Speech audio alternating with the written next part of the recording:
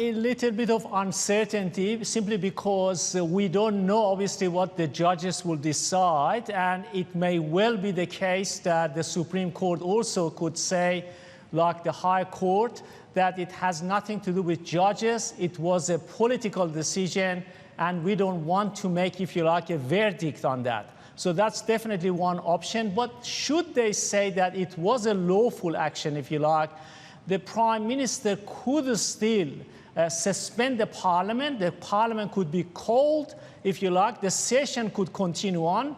But again, he could create a legal way of suspending Parliament for the new session of the Parliament, if you like. So that possibility cannot be ruled out. And of course, there could be another argument, as was said, that the new session of Parliament could immediately start if the ruling is against the Prime Minister, and then you will have a new session of the Parliament where all the debates with regard to Brexit will start. And this is the very issue that Mr. Johnson was trying to avoid. In other words, not allow members of Parliament to debate the issue of Brexit, so that there is more pressure on European Union to give more concession, if you like, to the UK and the government, to the UK government, as well as the Parliament there.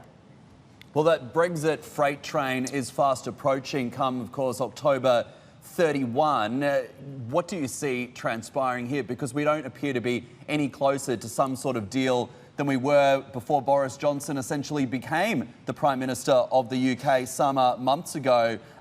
Now, when it comes to the backstop, there appears to be no resolution there. Of course, Jean-Claude Juncker last week saying he believes a deal is possible, and we saw a positive result in pound sterling at the end of last week on the back of those comments. But from an observer, it doesn't appear as though we're much closer to finding a deal than we were some time ago.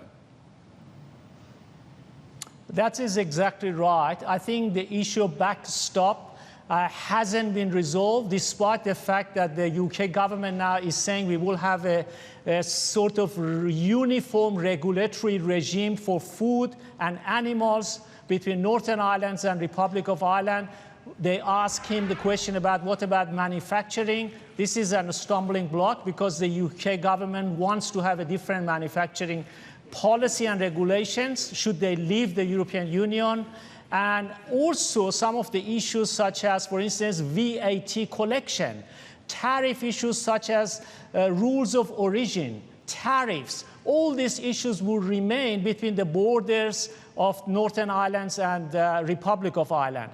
And at the same time, I think the key issue here is that the US and the UK may not necessarily come up with any bilateral free trade unless the British government is in a position to finalize any deal, if you like, with the European Union, so that the United States is aware of rules and regulations of the UK with respect to Northern Ireland, Republic of Ireland, and the European Union. So even in the best scenario from the government's perspective that there is no deal and we are leaving European Union, there is no guarantee that the US as a major partner is able to enter into free trade with the UK fairly quickly.